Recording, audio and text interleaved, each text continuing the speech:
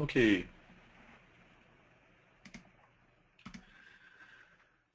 On va recommencer.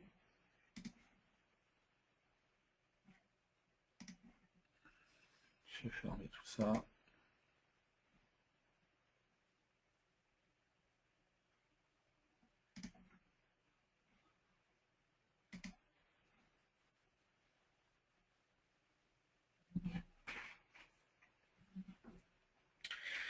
Ok, on l'a vu dans les applications, on a vu l'utilisation des composants jQuery mobile, d'accord, et on a vu également qu'on avait toute une série de composants qui étaient des composants mobiles hardware, d'accord. Encore une fois, ces composants ne seront valables qu'à partir du moment où vous faites le choix de déployer vers le mobile pour créer une application native. Vous ne pourrez pas utiliser ces composants si vous faites un site web pour mobile, d'accord. Ils ne seront valables que dans le cas du déploiement et de la création d'une application native sur les différentes plateformes.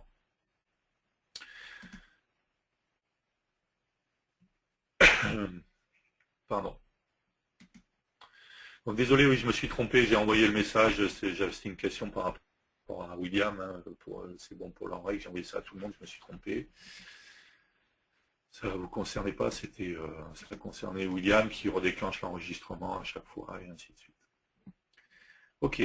Concernant les composants mobiles hardware, plutôt que de passer 3 heures à expliquer comment ils fonctionnent, en fait, il y a une très bonne démo qui est faite, donc ça serait dommage de ne pas l'utiliser. Je rappelle que si vous vous souvenez plus où sont les démos dans HTML5 Builder, vous allez dans embarquer du HTML5 Builder, démo.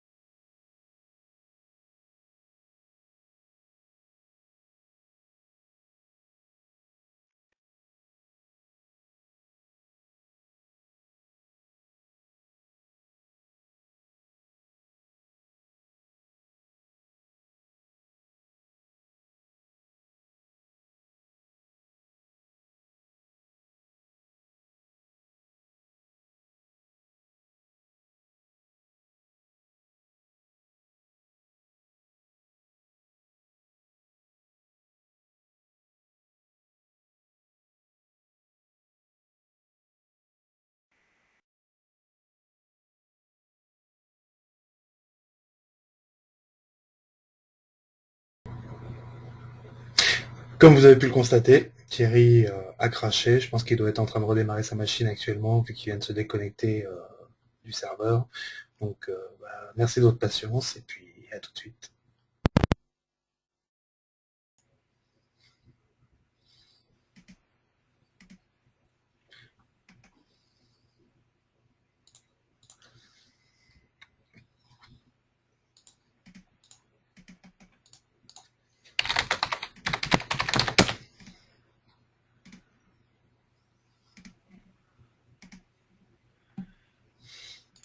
Ok, Bon, bah, c'est reparti. donc voilà. Bon, un beau plantage Windows, ça faisait longtemps que ça m'était pas arrivé, ce genre de choses. Voilà. Donc, bon, ben, c'est les joies du direct, hein, donc ça peut arriver. Voilà. Ok, donc on va recommencer. On était donc dans le HTML5 Builder, on parlait de toute la série de composants qui sont dans la partie mobile hardware. Et donc c'est ce que j'ai expliqué, alors, je ne sais pas si vous l'avez entendu ou pas du coup. Euh, Si vous savez plus où sont les démos, donc ce que je disais, souvent on se demande à quel endroit sont positionnées les démos. On va ici dans Embarcadero HTML5 Builder, et ici démo, et automatiquement vous allez retrouver le lien. Parce que des fois, c'est pas toujours au même endroit selon Delphi ou HTML5 Builder, c'est pas tout n'est pas toujours au même endroit, donc on peut chercher un peu. Donc voilà. Alors là, on voit directement où c'est. Donc on a une application dans ces répertoires, donc dans PhoneGap. PhoneGap, vous allez trouver également un projet donc, qui est à charger ici, qui contient toute une série de pages. Hein. On va voir dans le gestionnaire de projet qu'on a une page pour chaque type de composant mobile hardware, d'accord. On a une page d'index qui va nous permettre de nous rediriger vers les différentes pages. Et ensuite, très simplement, donc sur chaque page, on va avoir l'utilisation du composant concerné. Donc si on prend les pages les unes après les autres, on va pouvoir voir par exemple ici donc ça va être l'utilisation de l'accéléromètre. D'accord. Donc on a ici des libellés, ici c'est une image, ici c'est juste un thème. On a notre composant MA accéléromètre, d'accord, qui a tout simplement un événement JavaScript onChange. L'accéléromètre, hein, c'est dès qu'on va bouger le téléphone ou la tablette, d'accord, concerné.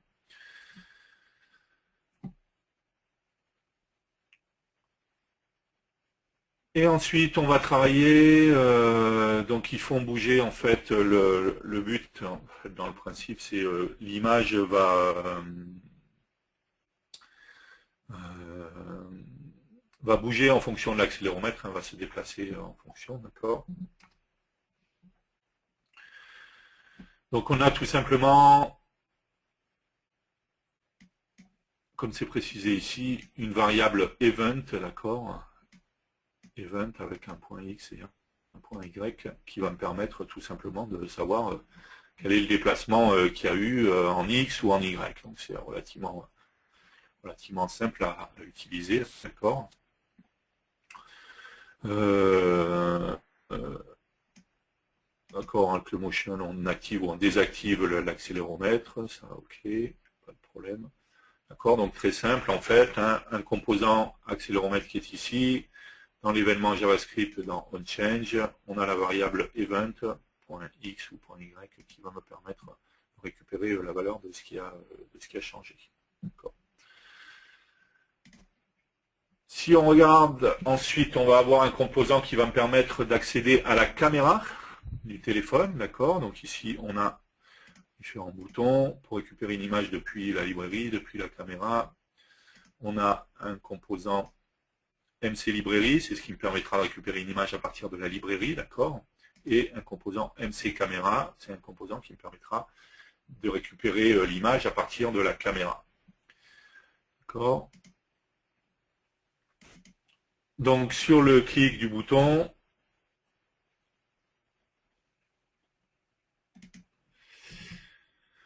On a à chaque fois sur les composants des événements JavaScript on error ou on success, d'accord, qui ont été codés pour définir est-ce que ça a fonctionné ou est-ce qu'il y a eu une erreur, d'accord. C'est pour ça qu'ici j'ai les événements error ou success, d'accord. Dans le cas de erreur, je fais un alerte avec l'erreur qu'il y a.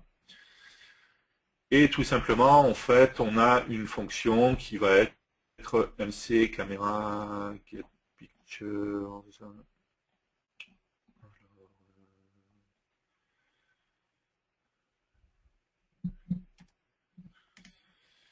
Alors, c'est que je retrouve, c'est qui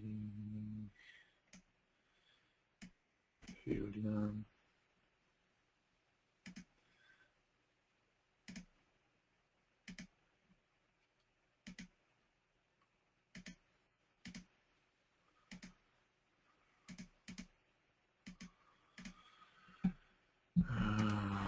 Alors, c'est qui refait le lien avec... alors...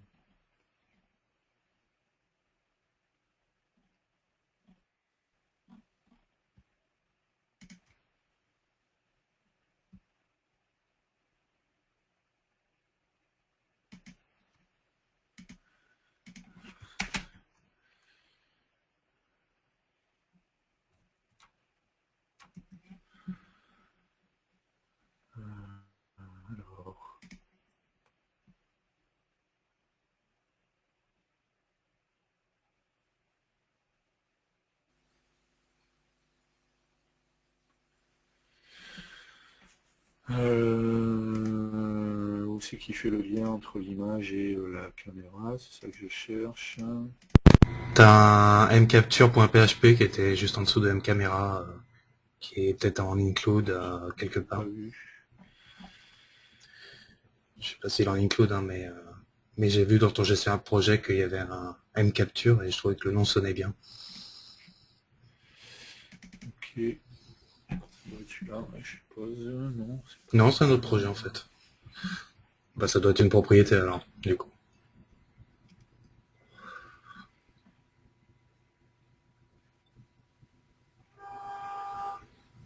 ok, mcaméra.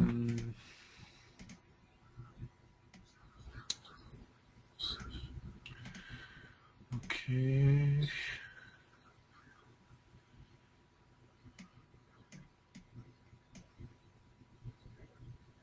Je le verrais plutôt sur soit MT Basic, soit MC Camera, mais... MT Basic, c'est quoi? Basic, ça c'est le thème. C'est le Ah oui, thème, d'accord, ça. ok. Caméra, alors, c'est... Destination, c'est écrit, là. DT Filery. Ouais. Filery, donc... Et après, ton image, il y a peut-être... Non, il n'y a pas de timer.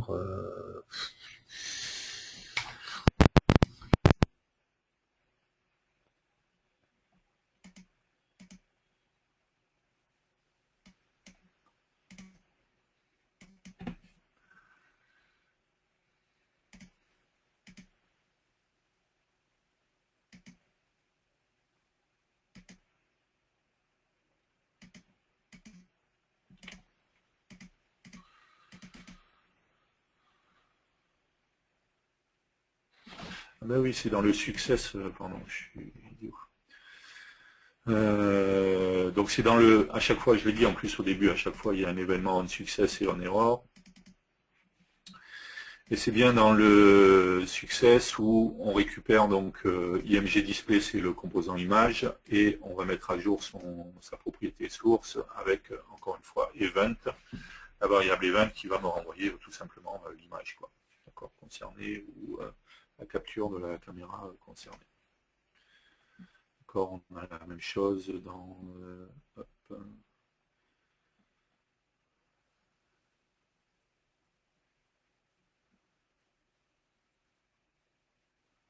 on fait appel à la fonction MC Library Get Picture et MC Camera Get Picture. Par contre, on a le success dans le librairie, alors à moins que... ah oui, on appelle les deux, on appelle les mêmes événements dans la caméra et dans la librairie. Puisque de toute manière, encore une fois, c'est toujours la variable event, donc ça pose pas de problème. D'accord, donc c'est toujours, très souvent, en fait, c'est via la variable event qu'on va récupérer. Ok, le compas, donc pour pouvoir récupérer les informations du compas, donc pareil, là, il y a toute une série de choses. On a un composant MC compas, d'accord. On a un événement onChange. Et de la même manière, c'est avec la variable event qu'on va récupérer les informations. D'accord. Donc on appelle les fonctions pour transformer ça, pour avoir un angle en degrés. On récupère bien en degrés ici. Ok, donc c'est toujours via la variable event. Donc à chaque fois, c'est un peu le même principe de fonctionnement sur tous les composants. Contextual browser, on va montrer les autres d'abord. Géolocalisation, donc ça c'est le GPS, d'accord. Donc pareil, on a un MG géolocation, d'accord. Pareil, avec un événement onChange. Et dans l'événement onChange, on va toujours pareil avec la variable event, on récupère les coordonnées latitude, event, coordonnées, longitude. Là, en l'occurrence, on crée une nouvelle variable pour Google Maps et on a mis en même temps un composant ici, map, d'accord, et on met à jour tout simplement les propriétés latitude et longitude qu'on a sur ce composant pour pouvoir l'utiliser. Ok, minfo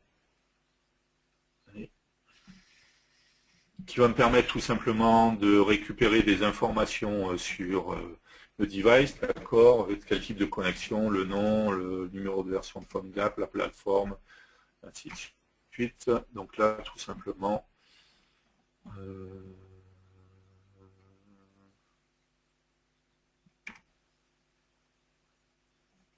oui, pardon, tout simplement, on a les composants mDevice, d'accord, qui sont ici, qui sont là-dedans, les composants mDevice, et dans le composant mDevice, on a une propriété qui est la propriété display, dans laquelle on précise ce que l'on souhaite avoir comme information, d'accord. Automatiquement, on récupérera l'information, nom, PhoneGap, plateforme, ainsi de suite. Pour le type de connexion, on a un composant mConnexion, et pareil, donc là, lui, on le met, automatiquement, il nous affichera le type de connexion, et on pourra récupérer avec ce composant le type de connexion qu'on a.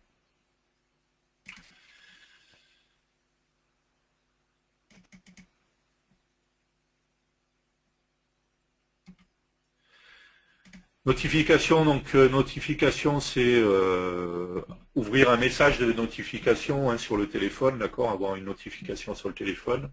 Donc on a un composant mNotification, on en a fait deux là, tout simplement parce qu'on en a défini un de type avec un nom en alerte, d'accord. On a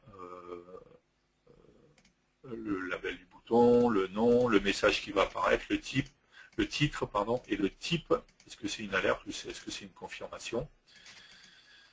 Et ensuite, pour afficher le message, tout simplement un M alerte notification ou un M confirme notification. D'accord, dans ce cas-là, ce sera le message de notification ou le message. En fait, c'est en fonction de ce qu'on a paramétré là, le type de notification qu'on va vouloir avoir.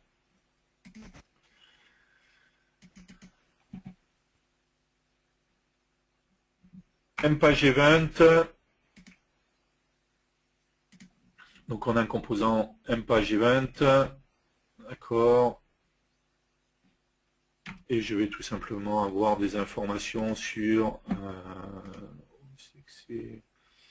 voilà, donc en fonction on device ready, d'accord, c'est un événement qui va être déclenché quand le téléphone est prêt, quand il est en pause, quand on fait un résumé, d'accord. Pareil, ici j'ai home page extra event. On va appuyer sur menu, quand on va appuyer sur search, quand on va faire un back, d'accord, pour passer d'une page à une autre, on se rappelle le back justement. Et donc à chaque fois, il y a les événements qui sont déclenchés, en fonction, après c'est moi, en fonction des événements qui sont déclenchés, de faire ce qui m'intéresse, d'accord. Donc ça c'est juste des composants avec des événements qui correspondent et qui vont être déclenchés en fonction. mStorage, c'est ce qui va me permettre d'avoir accès à une base de données en local, d'accord? Donc on est d'accord que c'est une base de données SQLite, d'accord? Donc on a un composant qui est un composant MDB, qui est le composant pour notre base de données, d'accord? On va pouvoir préciser un nom, une taille sur notre base de données, d'accord? Je pense que la base doit être créée, voilà. Donc j'ai une variable event, toujours pareil, je fais un execute SQL, et puis donc là il faut un create table voilà, pour créer la table. Après, sinon, ça va être encore une fois, event.execute SQL, des select, des insert, et ainsi de suite, quoi. D'accord. Sachant qu'on a ça c'est le composant base, et on a les composants MDB transaction en fonction de ce qu'on va vouloir exécuter. Comme pour les execute SQL, on voit qu'à chaque fois on exécute, hop, on sait que c'était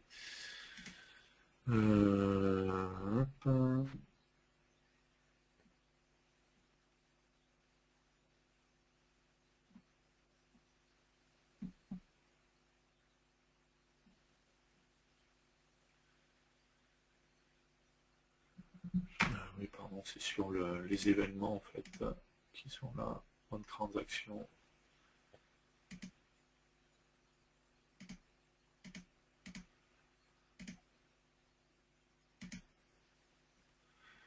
Je ne sais pas pourquoi j'utilise une page event, mais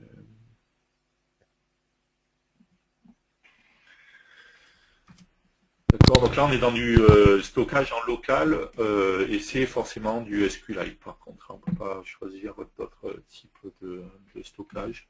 Je suppose que ça arrivera ensuite de pouvoir choisir par exemple du eBayLite, ce qui est le cas dans Delphi, mais pas pour le moment dans HTML5 Builder. J'avais sauté le mFiles, ou mFile, il y a le mFile Browser aussi.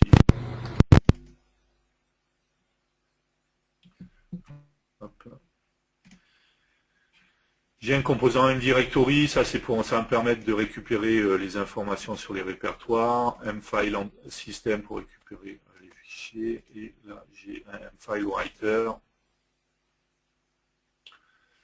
Donc c'est que c'était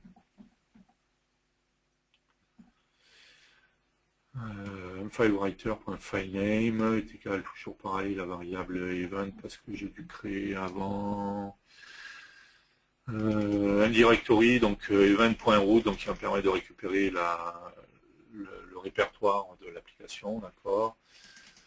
Voilà, il y a différentes fonctions pour récupérer le nom du fichier, un create true si jamais il n'existe pas pour pouvoir le créer. Voilà. C'est toujours un petit peu le même principe avec les variables event et puis utiliser les différents événements et appeler les fonctions qui vont bien. Writer et propriété filename pour préciser le nom du fichier. Là, on se positionne au début du fichier et on fait un write tout simplement du texte que l'on souhaite écrire dans le fichier. D'accord. Et bien entendu, on a à chaque fois des événements on error, on write, on write end, on write start. D'accord. Pareil pour le directory ou pour le file system avec savoir si ça s'est bien passé ou pas. File transfer, file browser, ça va être le même style et on va avoir mContact qui va nous permettre d'accéder à la base de contact du téléphone. D'accord, donc j'ai ici mContact.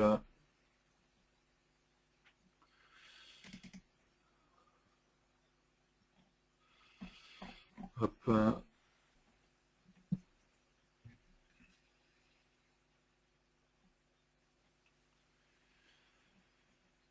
Toujours pareil, en fait, ça va être avec la variable event, d'accord, et on va récupérer donc là on fait une boucle sur la longueur d'event, donc le nombre d'enregistrements que je vais avoir dans la base contact.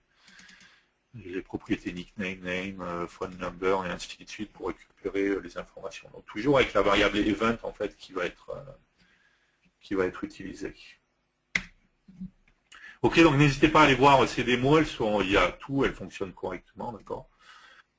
Donc il n'y a pas de souci pour les utiliser. Et il n'y a rien de super complexe pour comprendre comment fonctionnent les composants mobiles hardware. Encore une fois, je le reprécise, les composants mobiles hardware ne vont pouvoir être utilisés qu'à partir du moment où vous faites un déploiement sur un téléphone, pour créer une application téléphone mobile. D'accord? Pas de déploiement en tant que site web. Dans ce cas-là, on n'aura pas accès à la partie mobile hardware. Si vous créez simplement un site web mobile, pas d'accès à tous ces composants. Ces composants seront accessibles qu'à partir du moment où vous créez une vraie application mobile native. D'accord? Donc c'est ce qu'on va finir par faire, puisque jusqu'à maintenant on a créé les applications, mais on les testait en desktop. D'accord? Ce qui va m'intéresser, c'est bien entendu de pouvoir créer une vraie application mobile, une application Android. On va créer. On a vu que Windows Phone c'était particulier. On parlera un petit peu de BlackBerry, juste les particularités qu'il pourrait y avoir. Donc pour ça, quand je suis sur mon projet, dans Accueil, je vais avoir déployé vers un mobile. Ça, on a vu le wizard tout à l'heure. Je vais pouvoir choisir Android. Je vais faire suivant. Ici, je vais mettre quelle est la page d'index. Par défaut, il va prendre, si jamais j'en ai pas précisé, d'accord, je vais la page de démarrage en fait, de mon application. Le nom de l'application, le nom de la société. Je vais faire suivant. Ici, je vais pouvoir préciser les différentes icônes, d'accord, avec les différentes tailles qui sont nécessaires pour Android. Je vais faire suivant. Il me précise au passage que le use Ajax URI n'est pas défini, d'accord, et que le use Ajax sur ma deuxième page n'est pas défini. En fait, c'est obligatoire à partir du moment où je vais vouloir générer une application native Android. Donc, quand je reviens sur la conception, au niveau de toutes mes applications, il va falloir que je mette, de toutes mes pages, pardon, il va falloir que je mette le use Ajax à true. Donc là, c'était vrai sur le index, mais je ne l'ai pas fait sur le page 1. Donc on va le faire sur le page 1. Use Ajax à true. Et dans le use Ajax URI, juste en dessous, il va falloir préciser, en fait, tout simplement, l'URL de mon application. Cette URL, c'est quoi? C'est tout simplement ça. Donc ici, c'est localhost, de point, le numéro de port, slash, le nom de la page. D'accord?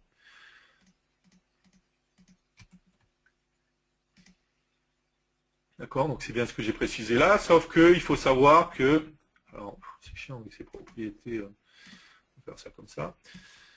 Il n'accepte pas localhost, donc il a besoin d'une vraie adresse IP. Alors, pour que ça puisse marcher à la fois en desktop et à la fois quand je vais lancer la génération de l'application mobile, je vais prendre tout simplement mon adresse IP. D'accord, 192.168.0.13. 192.168.0.13, ce qui me permettra de pouvoir l'exécuter en local aussi, d'accord. Ça c'est pour la première page. La deuxième page, on est d'accord, ça sera page 1.php. On est d'accord que ça, c'est tout simplement parce qu'il n'accepte pas le localhost, mais ça ne veut pas dire que mon application va se connecter à cette adresse IP, pas du tout. Mais au sein de l'application, en fait, comme il y a le petit serveur web avec le browser qui affiche tout ça, voilà, ça a besoin de cette adresse pour pouvoir se connecter aux pages. Mais tout ça, ça reste local à l'application. Il n'y a aucun accès extérieur vers une adresse IP ou ce genre de choses, quoi. Tout ça, c'est intégré, c'est packagé dans l'application. Mais c'est obligatoire pour pouvoir générer l'application. Donc on a mis ça sur la première page, on va le mettre sur la deuxième page. Donc le use Ajax à true sur chaque page et le use Ajax URI qui est renseigné. Oui, ok, si tu le dis, ça doit être vrai. Ok, je reviens ici. Du coup, je vais revenir en arrière. Ok, hop, suivant. Hop. On va revenir au début, voilà. Bon. Ok, cette fois il ne me met plus le message d'erreur puisque j'ai bien mis le use Ajax et j'ai bien mis le use Ajax URI qui est bien renseigné. Il me demande est-ce que je vais vouloir générer en mode debug ou en mode release. D'accord, donc dans un premier temps on va générer en mode debug, on parlera du mode release après. Et il me demande un répertoire de destination. Donc on est dans ce répertoire-là. Hop, épisode démo 5, Android. Je vais supprimer tout ce que j'ai là. Ok, c'est bien ce répertoire-là. Je vais faire suivant. Là, il va me générer tous les fichiers nécessaires pour pouvoir packager mon application. D'accord? C'est terminé, c'est ce qu'il m'a précisé là. Avant de faire suivant, en fait, je vais aller jeter un œil à ce qu'il m'a généré. En fait, si je regarde ici, qu'est-ce que je retrouve? Je vais retrouver toute une série de fichiers, d'accord? Et si je vais dans Assets, dans www, je vais retrouver, en fait, mes différents fichiers. D'accord? Ma page 1, mon index, on l'a dit tout à l'heure, sauf que du coup, c'est plus du PHP, c'est du HTML, du JavaScript et du CSS. Dans RPC Elbin, je vais retrouver jQuery, jQuery mobile. Tout ça, ça n'est que du JavaScript parce que, encore une fois, ça c'est au sein de l'application, il utilisera ça et les fichiers CSS, JavaScript pour afficher nos pages. D'accord? Mais là, je n'ai que les sources en fait de mon application avec toutes les librairies qui sont nécessaires, hein, voilà, les librairies, les fichiers ressources dont j'ai besoin, voilà, et les sources des différentes librairies qui sont nécessaires à mon application. Il y a autre chose. Donc à partir de tout ça, il va compiler mon application, il va me créer, il va me packager, il va me créer une vraie application native. Mais avant de faire ça, parce que je n'ai pas fini mon wizard, il y a quelque chose qui est important, qui est ce fichier XML qui est ici. Pardon. Qui est le Android manifest.xml. Si je clique ici pour regarder ce fichier, c'est un fichier XML en fait, d'accord, qui est nécessaire pour générer mon application Android et qui contient différentes informations qui sont importantes et qu'il va falloir mettre à jour. D'accord ? Notamment toute cette partie-là qui est importante, qui est la partie permission. Ce qu'on autorise, ce à quoi on veut que notre application accède. Par défaut, lui, il ne sait pas. Quand il génère, il ne sait pas, est-ce que votre application a besoin de la caméra, a besoin d'avoir accès à Internet, a besoin de pouvoir enregistrer des vidéos, a besoin de pouvoir lire les contacts ou pas, d'accord? Donc lui, par défaut, il a mis toutes les permissions. Surtout, ne laissez pas toutes les permissions, il n'y a rien de plus énervant, vous avez peut-être déjà été confronté à ça, vous installez une application et elle vous demande toutes les permissions, elle vous demande toutes les permissions d'accéder à tout, à la caméra, à tout, donc c'est pas terrible en général, ça donne pas trop envie d'installer l'application. Donc surtout ne laissez pas toutes les permissions. À vous de mettre les permissions dont vous avez besoin et seulement celles dont vous avez besoin. D'accord? Donc ne laissez pas par défaut tout. Alors, ça veut dire également que à chaque fois que je vais générer mon application, il va me régénérer ce répertoire, il va me régénérer mon Android manifest, et donc je vais devoir revenir dedans et modifier ça. Si vous voulez définir un Android manifest de base, allez tout simplement dans Program File, Embarcadero, HTML5 Builder, 5.0,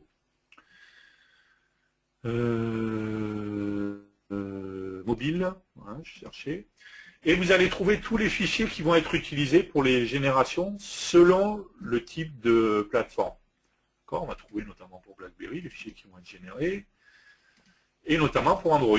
Et ici, je vais retrouver mon Android manifest. Ce qui veut dire que quand vous lui précisez un répertoire de sortie, qu'est-ce qu'il fait lui? Tout simplement, il prend ce qui est dans ce répertoire-là, dans Android Structure, et il le copie. Il ne fait rien d'autre. Hein. Après, il copie vos sources, mais il ne fait que ça.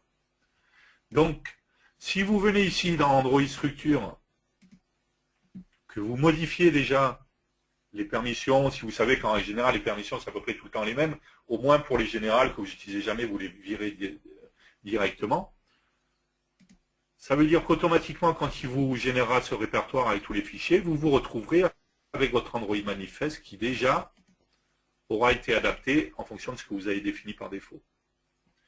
Ça ne change pas par contre qu'il faudra penser à venir dans cet Android manifest, notamment parce que si votre application a des droits particuliers par rapport à d'autres applications que vous auriez générées avant, d'accord, pour mettre à jour.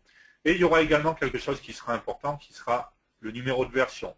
En mode debug, ça n'aura pas d'importance. Par contre, ça aura clairement de l'importance en mode release. Il faut savoir que si je génère aujourd'hui la version 1.0 de mon application, que je la déploie sur Google Play, d'accord, le store Android, quand je vais vouloir faire une mise à jour de mon application, ben, je ne vais pas pouvoir régénérer la 1.0. Il faudra, je ne sais pas, soit que je génère la 1.1 ou la 2.0, j'en sais rien en fonction de ce que je veux, mais il faudra forcément que mon numéro de version soit différent. D'accord? Donc attention à ça aussi. Et ça, pareil, il n'y a pas de propriété dans l'IDE pour pouvoir mettre à jour ce genre de choses, puisque c'est particulier à chaque plateforme en fait. Et pareil pour l'Android version code, d'accord, qu'il faudra penser à mettre à jour. Voilà. Donc ça, n'oubliez pas, ce fichier XML, il faudra de toute manière venir le mettre à jour. D'accord. Vous avez également un min SDK version pour définir quelle est la version minimum qui sera nécessaire. Donc pensez à venir dans ce fichier, l'éditer, le modifier. Une fois que vous aurez fait ça, vous allez pouvoir continuer. Alors il faut savoir par contre que dans Assets, lui, il ne va copier que les fichiers sources. D'accord? Si je reviens ici dans mon application, moi j'avais voilà, mes fichiers PHP. Donc lui, il a pris ça, qu'il a converti, d'accord? Donc ça, c'était une autre application. J'ai enregistré dans le même répertoire, mais c'était une autre application. Et il a converti tout ça, pardon. Par contre, il se peut que dans votre application, vous chargiez des images, vous faites appel à des fichiers ou ce genre de choses. Et tous ces fichiers-là, ils ne seront pas déployés. Vous pourriez avoir un sous-répertoire, je ne sais pas, ici, avec IMG par exemple, dedans des images que vous allez utiliser dans votre application. Ce répertoire IMG, il ne sera pas déployé par défaut. Ça sera à vous, encore une fois, avant de finir le wizard, on s'est bien arrêté à la première étape, venir prendre ce répertoire IMG, aller le copier là, aller copier les autres fichiers dont vous auriez besoin, d'accord, et de surtout pas oublier voilà, tous les fichiers dont vous auriez besoin. Je sais pas, si vous allez utiliser des templates, par exemple, ou ce genre de choses, on a vu les templates, vous pourriez les utiliser même dans la partie mobile. Si vous utilisez un fichier spécifique CSS, on a vu tout à l'heure, on s'était fait un thème particulier, ben dans ce cas-là, il faudra venir prendre le fichier CSS et venir le copier là-dedans. D'accord? Donc, important, quand vous avez fait votre wizard, vous arrêtez à la première étape. Une fois que vous avez fait la première étape, il faudra revenir dans le répertoire, mettre à jour votre fichier Android Manifest, aller dans Assets www et mettre à jour, copier les fichiers qui seraient nécessaires, les fichiers supplémentaires qui seraient nécessaires. Une fois que vous aurez fait tout ça, vous pourrez continuer votre wizard et continuer la compilation en fait. D'accord? Donc je vais faire suivant. Là, il me propose deux choix. Soit de compiler, parce que je suis avec Android, à partir du SDK, qui est installé par défaut, hein, quand vous installez le HTML5 Builder, vous allez installer par défaut le SDK. Donc, pensez à bien l'installer. Hein, le setup lance les installations les unes derrière les autres. Ne faites pas annuler surtout. Parce que du coup, vous n'auriez pas les différents SDK. Soit vous pourriez, on l'a vu, également utiliser PhoneGap Build, hein, en vous connectant, comme on a vu ce matin, donc il vous génère l'application. Mais là, l'avantage, c'est que vous allez pouvoir générer directement l'application avec le SDK. Donc on va rester avec le SDK. On va faire suivant. Et là, je vais avoir possibilité de choisir un émulateur. D'accord? Ou de me connecter à un périphérique réel qui serait connecté en USB. Attention, il faut savoir que c'est pas parfait les périphériques réels et a priori, selon les marques de téléphones Android et tout ça, ça ne fonctionne pas tout le temps. L'émulateur, il n'y a pas de problème, mais le périphérique connecté en USB ne fonctionne pas tout le temps parfaitement. Enfin, je connais plusieurs clients qui ont eu des soucis avec ça et a priori, selon les drivers, c'est pas parfait, quoi. Pour l'émulateur, en fait, quand vous avez installé HTML5 Builder, par défaut, si vous avez bien fait l'installation par défaut, il vous aura installé un répertoire ici, Android SDK Tools, dans lequel vous allez avoir un pardon, AVD Manager. Si vous lancez cet AVD Manager, vous allez tout simplement pouvoir ici définir différents émulateurs. pour faire un émulateur, tout simplement, vous faites new, ici, vous allez lui donner un nom, dev du jeudi S2, je vais vérifier que j'ai pas... Hop.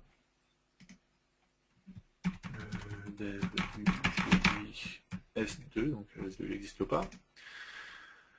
Quelle est la target? C'est tout simplement si j'avais différentes versions du SDK installées, je pourrais choisir quelle version du SDK je vais vouloir utiliser. Et ensuite, je vais pouvoir définir toute une série de paramètres pour mon téléphone, pour ce que l'émulateur va émuler comme téléphone. Je pourrais lui définir une taille de SD card, par exemple. D'accord? On lui définit une taille, 56 mégas, par exemple. Je pourrais autoriser le snapshot ou pas, définir une taille d'écran, d'accord, et des tailles directement définies, ou mettre ma propre résolution, d'accord, et rajouter d'autres paramètres qui vont être des paramètres hardware, d'accord, de manière à avoir un émulateur très spécifique à ce que je vais vouloir utiliser. Une fois que je fais ça, après je vais faire OK, et il m'a bien créé ici mon émulateur, le dev du jeudi S2. Alors là, du coup, il faut que je revienne en arrière pour qu'il fasse un refresh. Je ne sais pas s'il faut que je revienne juste comme ça suffit. Oui, je l'ai ici. Je vais faire suivant.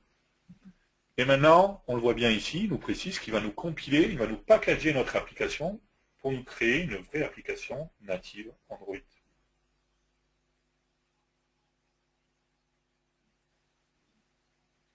Et ensuite, il va la déployer sur l'émulateur. Je le trouve un petit peu long là par contre.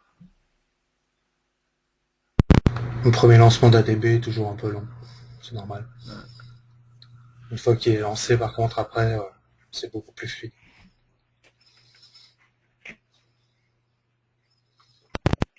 Là, je trouve qu'il est quand même long.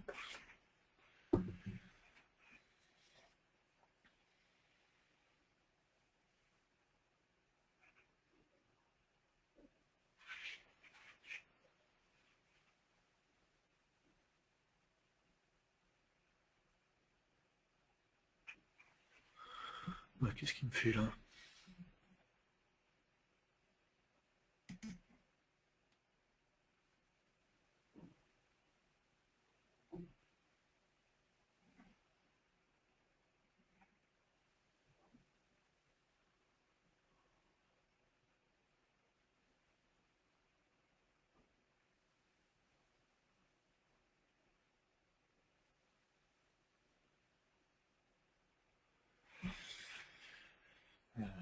Ouais. Regardez éventuellement les process pour voir si ADB est lancé, ADB.exe en Windows.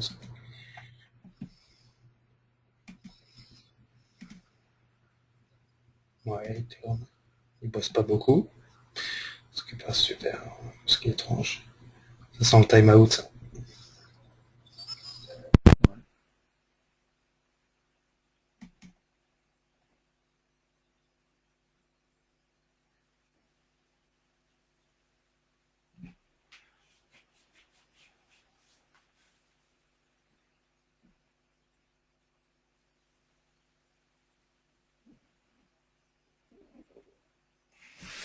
Bon.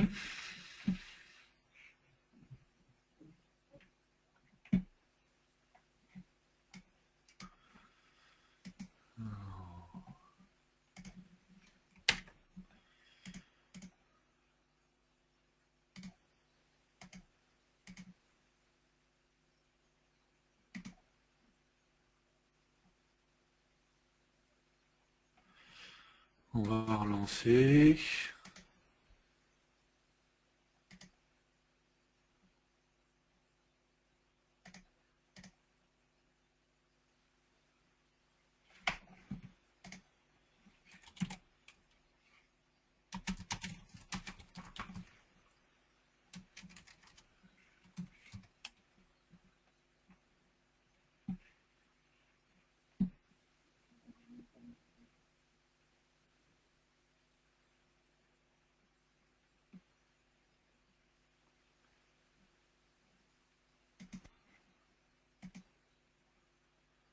Ok, on recommence. Ok, suivant. Ok, ok.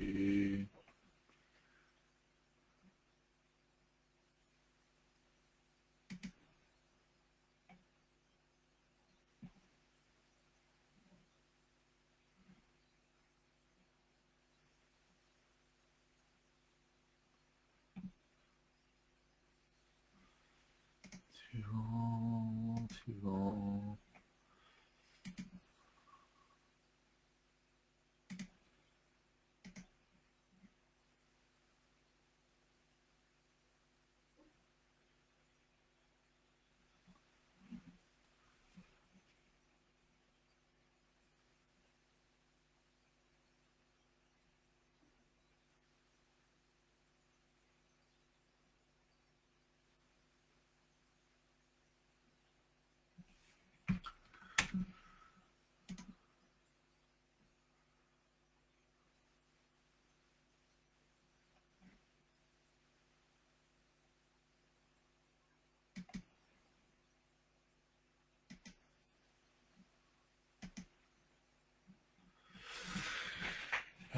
Qu'est-ce qu'il me fait là?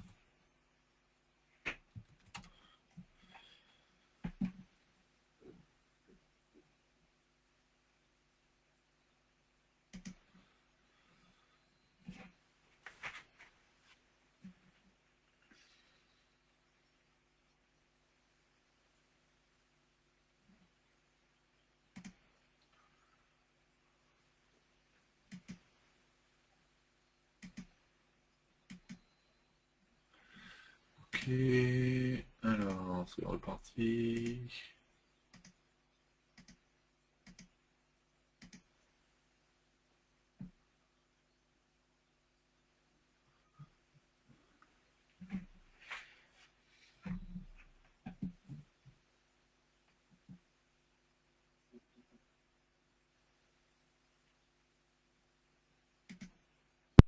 C'est parce que t'as mis un arrière-plan d'iPhone, ça lui plaît pas.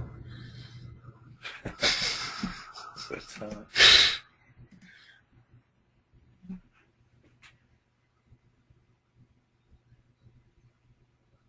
C'est fou ça. C'est bizarre.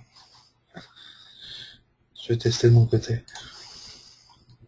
Si mon mien marche mieux. Accueil. Déploiement. Ah oui, dans design, t'as pas besoin de... Tu signes pas ton appli. Non, non, non. Ok. Toc, toc, toc.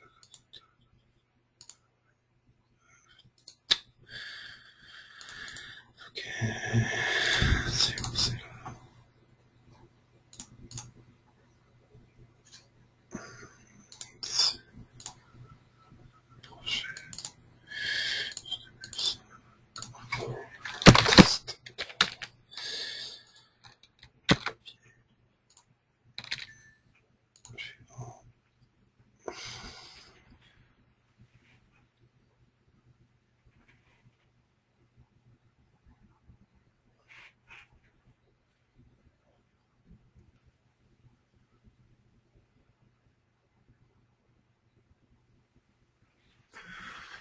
Bon, il n'a pas l'air de vouloir. J'ai en profité pour, pendant que William regarde de son côté, pour vous parler d'un truc.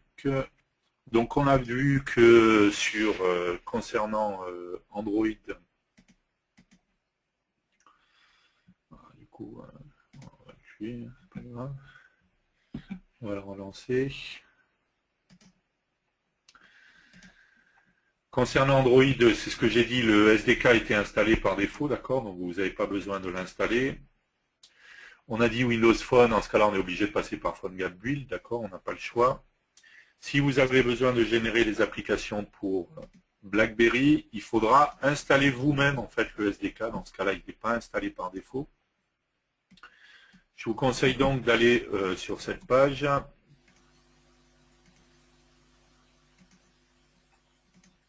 D'accord. Et si vous descendez, alors déjà il y a pas mal d'informations.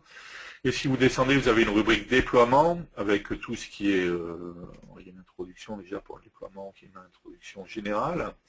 Et ensuite, vous avez des rubriques selon les types de plateformes.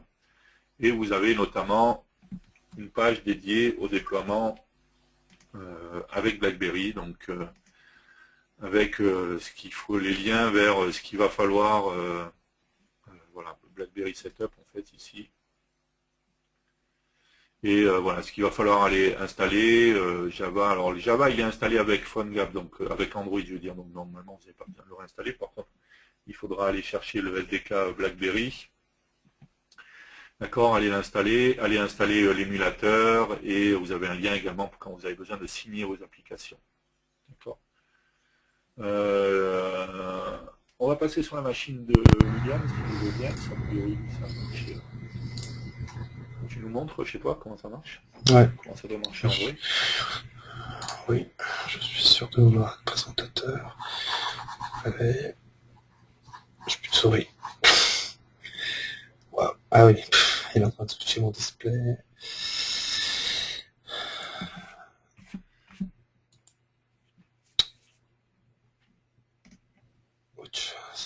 Ok.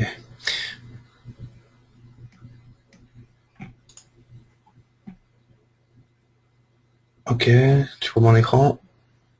Ouais, c'est bon. Ok. Ah bah, il y a l'émulateur qui se lance.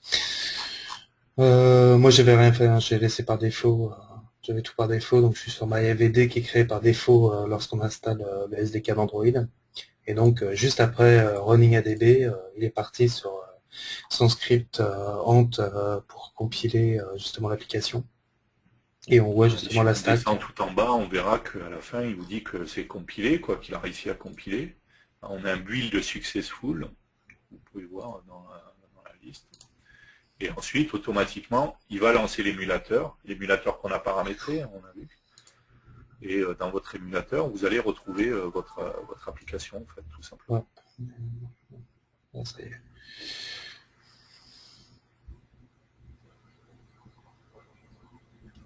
C'est bizarre qu'il l'ait pas lancé. Je vais regarder si elle était déployée. C'est quoi l'application par défaut? C'est que tu avais tout à l'heure qui utilise tout. PhoneGap example. PhoneGap example. Non, je l'avais pas déployé. Dark. J'ai cliqué sur je sais pas quoi.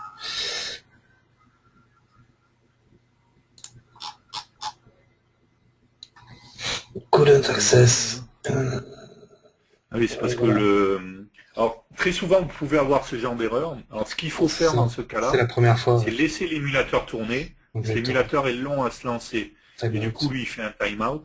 Ensuite, vous laissez l'émulateur, vous faites précédent et vous refaites suivant pour qu'il vous régénère l'application. Et cette fois, comme l'émulateur est lancé, il ira directement sur l'émulateur, il n'y aura pas de problème. Donc on voit que ça compile parfaitement, il n'y a pas de souci. Mon serveur tourne. T'as mis de la mémoire, enfin normalement t'auras une stack au pire. Non mais je veux dire, il faut que tu te crées une carte SD quand tu crées Ouais, mais j'en avais mis, ouais, je pense que c'est ça, quoi. Je sais pas mais normalement tu devrais au moins avoir un message d'erreur, quoi. Ouais, parce qu'il n'y a rien derrière, quoi, en fait. C'est vraiment... je vais laisser régler. Ok, là on voit bien la ligne qui est en train de passer, justement, voilà, pour le débugage. En dessous du build successful, là il précise qu'il est en train d'installer l'application. Et normalement il doit l'exécuter dans la foulée. Il a fait succès. Voilà, c'est parti. Voilà.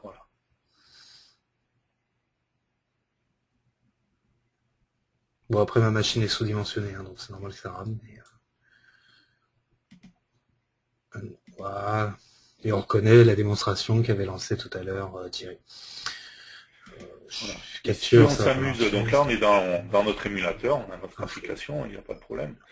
Si on s'amuse à aller voir dans le répertoire, si tu peux juste montrer dans les répertoires, ou qu'on a vu tout à l'heure, les répertoires qu'on a vu où il y avait le fichier XML Où j'ai déployé. et tout ça, où tu as C'est déployé. là. Ouais.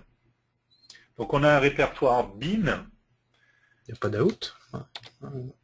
C'est bin, d'accord. et dans ce répertoire bin, en fait, on va trouver le fichier APK, qui est tout simplement notre application. Donc là, il est en mode debug. On a vu que c'était juste une option. Hein. On peut choisir de la générer en mode release. La seule chose, c'est qu'il faudra la signer. Attention également à ça, lorsque vous allez signer votre application, vous allez générer un fichier pour signer avec un mot de passe et tout ça, enfin, une série de paramètres. Quand vous allez déployer sur le store, la première fois, donc votre application en release, la deuxième fois, quand vous allez vouloir faire une mise à jour, lui, il va vérifier que l'application a bien été signée de la même manière. Donc faites attention à bien conserver vos fichiers signature pour vos applications, pour pouvoir les réutiliser après. Si jamais vous essayez de le signer avec un autre fichier sur Google Play, il refusera votre application, de manière à éviter que quelqu'un d'autre qui a réussi à se connecter sur votre compte puisse déployer une mise à jour de votre application. Un virus, etc.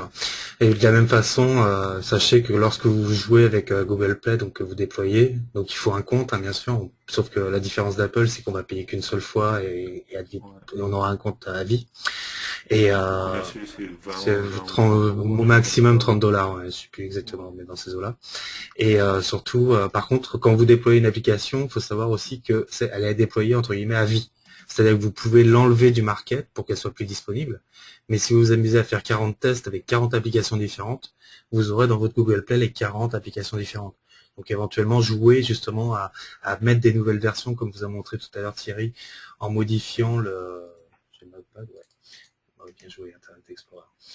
En modifiant donc les numéros de version, mais version name et surtout une version code qui doit être incrémentée systématiquement. Mais n'en créez pas forcément 50 parce qu'après, si vous utilisez le même compte plus tard, bah, vous aurez 50 applications, c'est pas forcément très pratique. Et attention du coup au nom des applications, parce qu'une fois que vous aurez utilisé un nom d'application, vous ne pourrez pas le réutiliser après. C'est le package, ouais. C'est le package qui est important. Ça. Ouais. Donc faites attention à ça aussi, quoi. Et pareil, le package, rien ne vous empêche de mettre autre chose que comme un point Embarcadero. Vous pouvez bien sûr mettre votre société, etc. Ça fait partie effectivement des modifications à effectuer dans le répertoire que je montrais tout à l'heure sur l'Android manifest.xml par défaut. Tu veux montrer autre chose? Bah, si tu peux juste montrer en release pour quand il nous pose des questions pour générer un... Ouais. Il va se mettre en veille, c'est pas grave. On va terminer du coup. Hop, Android, suivant. Ça change pas, ça va suivant, c'est la résolution. Cette fois-ci, je suis en release, donc je vais le mettre dans le même répertoire. On va écraser. Utilisation d'une clé. Il vous demande d'utiliser parce que vous avez déjà une signature, soit vous n'en avez pas, et dans ce cas-là, il faudra créer une nouvelle signature. Voilà, on va le faire, c'est pas grave. Hop, il est créé, ouais, il n'y a pas de souci pour un projet, 5, test 3. Il purge le répertoire ou il écrase? Je crois pas qu'il purge, il écrase. Bon, dans le doute. Voilà, on va mettre là la clé. Ce qui permet justement qu'il écrase pas si tu as mis des images ou des trucs comme ça. Et il a pas d'avoir à les remettre à chaque fois. Je suis pas rentré dedans. Ok. Je sais pas si c'est le fichier ou qui veut ou si je fais ça. Non, je crois que c'est juste l'emplacement qui veut. Non, c'est. Ah non, oui, non. Je pense que c'est bien le fichier. Ouais. Et qui sèche. Key.key. Voilà, magnifique. Mot de passe. Ah. Et il est pas content parce que. Ton mot de passe qui est pas assez long, peut-être, non? Tu crois qu'il y a une sécurité à ce niveau-là? Je sais pas. Non.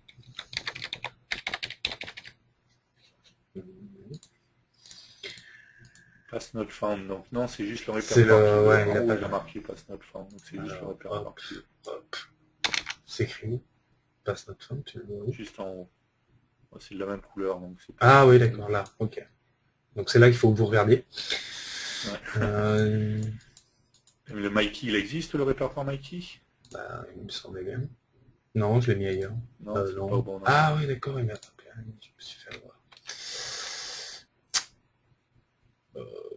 Ouais, si, c'est bon. Ouais, c'est ça.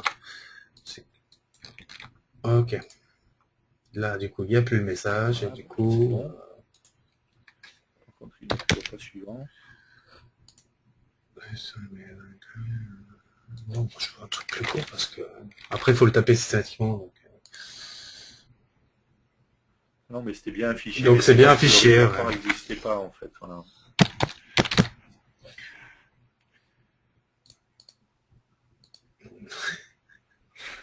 Ah si, là c'est écrit. Voilà. D'accord. Donc ça me va. Et voilà, suivant. Voilà, et Validité, là, il y a ça toute une série c'est exactement. d'informations que vous allez devoir mettre, un alias, un mot de passe. Qui n'est pas le même mot de passe, attention. Pour info, vous n'êtes pas obligé de mettre le même. D'accord. Ce qui va être Encore aussi content. Ouais, c'est caractérisatif. caractère aussi, les mis. Hop. Et puis vous n'êtes pas obligé de tout renseigner non plus d'ailleurs. Voilà.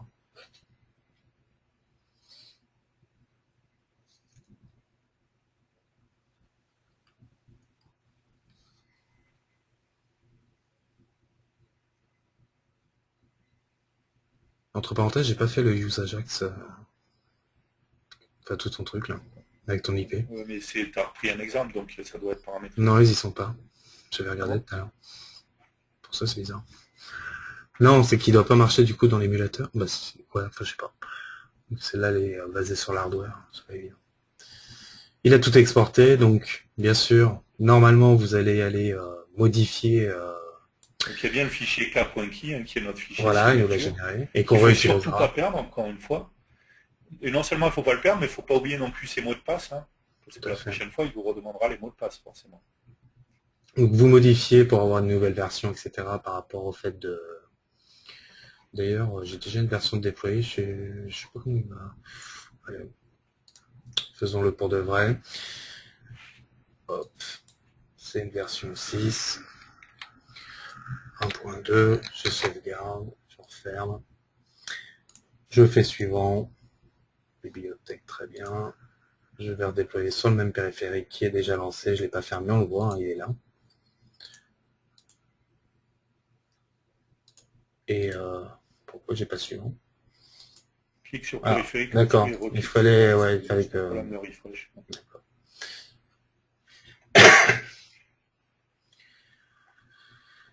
Normalement, donc il doit le compiler et en final, il doit le signer. Justement, ça doit être une des lignes quelque part où il utilise la clé. Voilà, là c'est celle qui n'est pas encore signée et juste derrière, il a utilisé notre mot de passe de façon automatique, hein, c'est scripté bien évidemment, celui qu'il l'a dans le wizard, et il a donc signé notre application. Et donc on voit Il qu'il a a bien effectivement généré généré un le fichier. release pour APK. Pareil, rien ne vous empêche de renommer le fichier avant de le publier chez Google, hein, bien évidemment. Ah,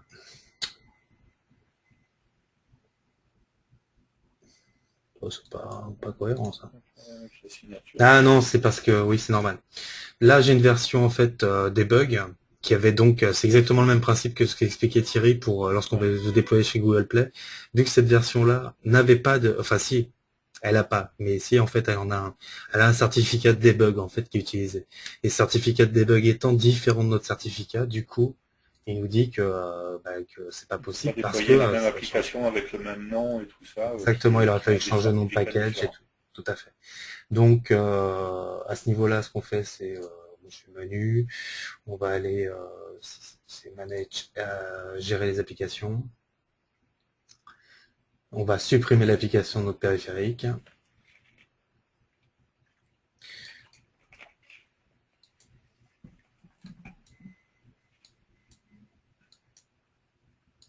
Hop, je t'ai vu, reviens. PhoneGap exemple, je clique dessus, je la désinstalle. Oui.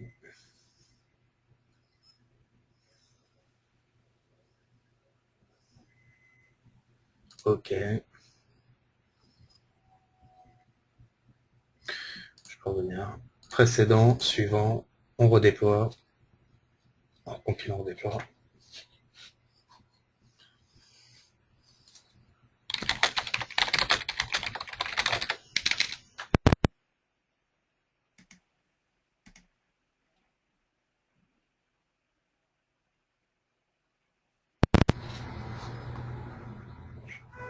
L'APK non signé a été généré. Ensuite, il l'a signé. Il attend que mon périphérique mobile soit disponible. Et cette fois-ci, il est en train de l'installer. Hop. Et vu qu'il n'y a plus l'application d'avant, il ne devrait plus avoir de problème de signature de certificat. C'est fait. Et il démarre l'intente, donc c'est l'action par défaut de l'application. Là, c'est mon émulateur qui rame. Et voilà. On va changer. Et donc là, du coup, enfin, de la même manière que tout à l'heure, maintenant, quand je vais vouloir générer une nouvelle version de cette application, il faudra forcément que j'utilise le même certificat, les mêmes clés. Du coup, il ne faut pas perdre le fichier, il faut se rappeler de ses mots de passe. Voilà. Tout à fait. Donc, quand on fait des mises à jour régulièrement, ça va, on a tendance à pas trop oublier tout ça. Mais si vous faites des mises à jour beaucoup moins souvent, ça peut arriver. Hein. Il y a eu des cas connus, sociétés qui avaient malencontreusement perdu leur fichier de certificat et du coup, ben voilà.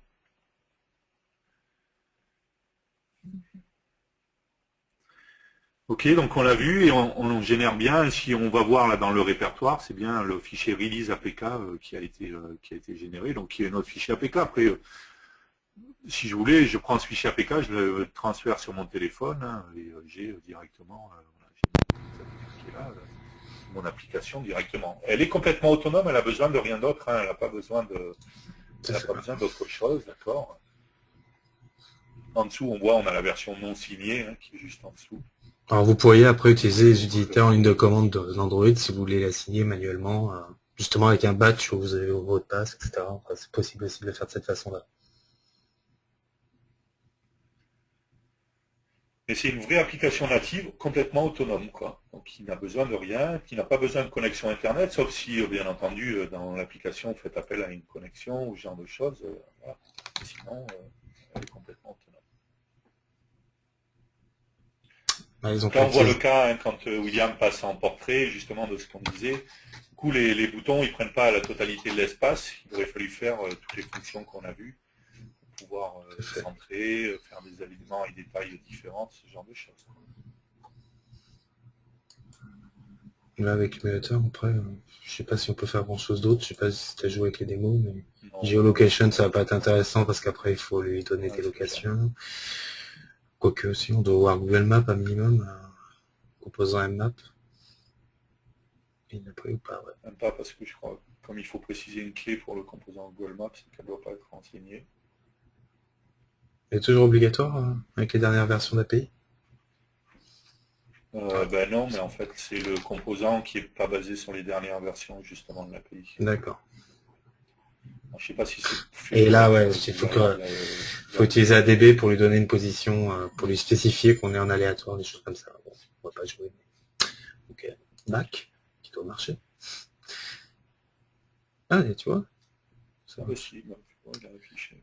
Il n'a pas trouvé ma position parce que je suis dans Peut-être la l'émulateur que ça propriété, n'a pas mais été. peut-être que s'il l'a pas, il l'accède quand même, c'est possible. D'accord. Storage capture. Capture, il n'y aura rien à capturer. Stockage, peut-être. Enfin bon, elle fonctionne. Voilà. Voilà, après le fonction. D'accélérométeur, ça m'a En pas. tout Ouais. cas, on a bien généré une application native hein, à partir euh, d'une application créée avec HTML5 Builder, mais au final, donc, il y a bien un fichier APK, d'accord. On ne déploie pas les fichiers HTML, il n'y a pas de serveur web, il y a une application native, c'est tout. Ok. Est-ce que vous avez des questions par rapport à tout ça? Alors, les questions. Personne précise qu'il n'y a plus de son, mais oui, ça avait planté tout à l'heure.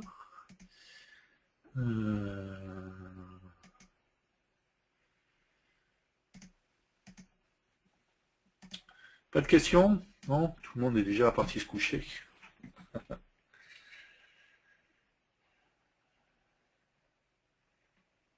Non, ben si pas de questions, alors tant mieux, tout va bien. Je vais reprendre la main et je vais vous... Hop.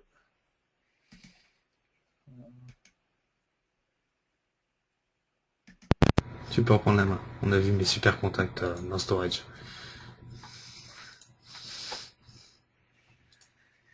Et je vais vous donner rendez-vous la semaine prochaine pour un rendez-vous important, puisque la semaine prochaine, on va parler du RAD Studio X4, de Delphi X4 en l'occurrence, et on va voir comment on peut créer une application native iOS directement avec le Delphi. Donc là, on ne parlera plus de HTML5 Builder, hein, mais on va vraiment créer directement une vraie application native. Donc c'est vraiment les nouveautés de la version X4. On va voir comment on accède à toutes les séries d'API du téléphone, comment on peut passer un appel, enfin voilà. On verra qu'on a plus de fonctions du coup que dans le HTML5 Builder. Et on packagera une vraie application native. On verra comment on la teste, comment on la déploie, enfin voilà, il y a pas mal de choses à voir. Comment on utilise une base de données, on verra comment utiliser cette fois Interbase en version light, directement avec notre application. Voilà, donc enfin la semaine prochaine, c'est voilà, je pense que c'est la journée à ne pas rater. Je pense qu'il y aura du monde qui va se connecter. Non, je serai pas là. Donc William, malheureusement, voilà, ne sera pas avec nous. C'est clair. Donc on sera sans lui. Tant pis pour lui, il verra ça en replay après. Voilà. Et l'environnement sera-t-il préconfiguré, c'est-à-dire est-ce que tu auras déjà tout câblé d'un point de vue Mac, etc. ou est-ce que tu vas nous montrer, enfin leur montrer du coup, je serai pas là, la façon dont on doit installer je vais montrer comment le paramètre, ouais, tout à fait. D'accord. Je serai déjà installé en l'occurrence, hein, parce que c'est déjà fait sur mon poste, mais je leur montre, on verra comment tout paramétrer justement, parce que il y a plus de choses à paramétrer que simplement quand on fait du développement sur Mac. Donc oui, on verra toutes les étapes justement de ce qui est à paramétrer, parce que c'est important aussi. Et surtout, on verra plein d'exemples concrets, passer un appel téléphonique, accéder à la caméra, la géolocalisation, plein de choses, comment récupérer, comment créer des IHM, qu'elles s'adaptent automatiquement en fonction des écrans, et ainsi de suite. Voilà, donc je vous donne rendez-vous la semaine prochaine. Encore une fois, merci à vous tous pour être toujours aussi nombreux à vous connecter. Vous avez une semaine pour vous reposer, récupérez-vous bien, soyez en pleine forme, hein, semaine prochaine X4, donc plein de nouveautés, des choses que c'est vrai que même dans le HTML5 Builder, il y a certaines choses qu'on connaissait déjà avec les anciennes versions. Là, dans la X4, la semaine prochaine, c'est vraiment que des nouveautés. Mais rien de ce qu'on verra n'a déjà été vu, on vous l'a déjà montré dans un dev du jeudi. C'est pas le cas, quoi. Donc voilà. Merci à vous tous. Je vais vous souhaiter une bonne soirée. Je vous donne rendez-vous dans une semaine. Reposez-vous bien et rendez-vous la semaine prochaine. Encore une fois, Delphi X4, développement iOS en natif. Ne ratez surtout pas cet épisode-là. Voilà. Merci à tous. Bonne soirée. Bye bye. Salut, bonne soirée.